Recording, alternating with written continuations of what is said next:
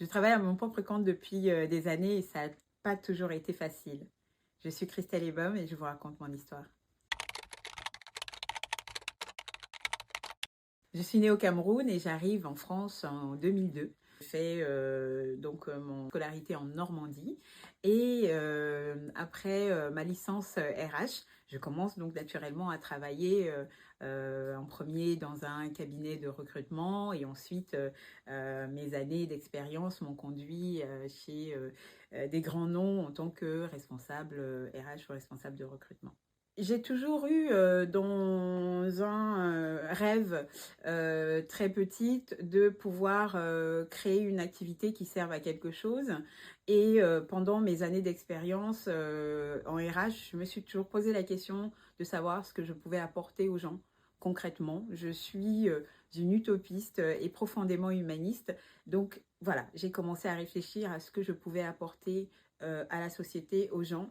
Et c'est naturellement que j'ai pensé à mon continent où je suis née, l'Afrique, pour pouvoir commencer à penser un projet. J'ai eu un papa qui était enseignant et qui nous a beaucoup inculqué la valeur du patriotisme et de la terre, ce qui a fait de moi une enfant qui allait au champ à 8 ans. J'allais avec ma petite houe, mon petit panier et ma grand-mère, avec mes frères et sœurs et mes cousins.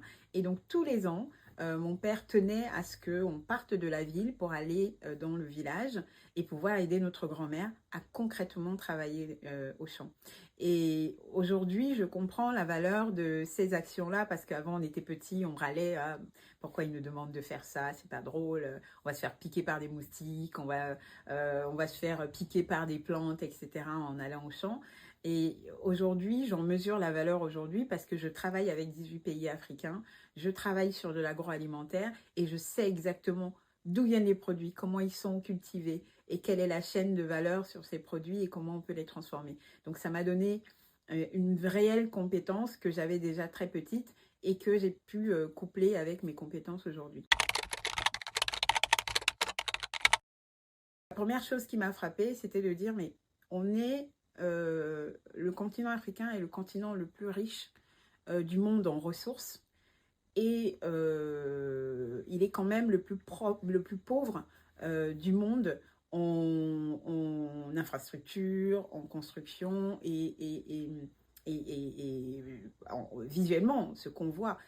Et aussi, le constat, c'était de voir tellement de polémiques à la télé sur les jeunes qui prennent les bateaux, qui meurent en mer, qu'on conduit à Lampedusa, etc. Et je me suis dit, mince, enfin, il y a tellement de choses à faire, il y a tellement de produits agroalimentaires qui sont abîmés, qu'on ne transforme pas, il y a tellement d'art, de culture à valoriser que finalement, ayant vécu en Afrique, pourquoi ne pas penser à justement à transformer, à commercialiser les produits qui correspondraient aux standards de consommation ici et puis de pouvoir valoriser tous ces jeunes qui travaillent réellement mais qui ne voient pas le résultat de leur travail, de pouvoir leur expliquer que ce qu'ils font a de la valeur. En créant une marque, on aurait pour mission de valoriser tous ces produits magnifiques qu'on retrouve dans différents pays africains.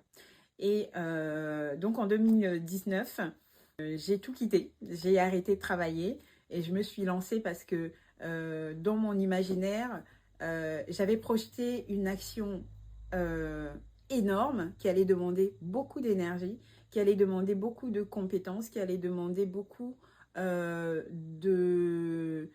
d'énergie à convaincre. Et je ne pouvais pas le faire en ayant une activité salariale. Donc, je me suis lancée en 2019 en fondant la marque Food Afrique. J'ai commencé par l'auto-entreprise tout simplement parce que pour moi, l'auto-entreprise, c'était mon business plan. Pourquoi? Parce que le produit africain est un produit qu'on ne connaît pas ou qui n'a pas encore une histoire sur le marché national ou international.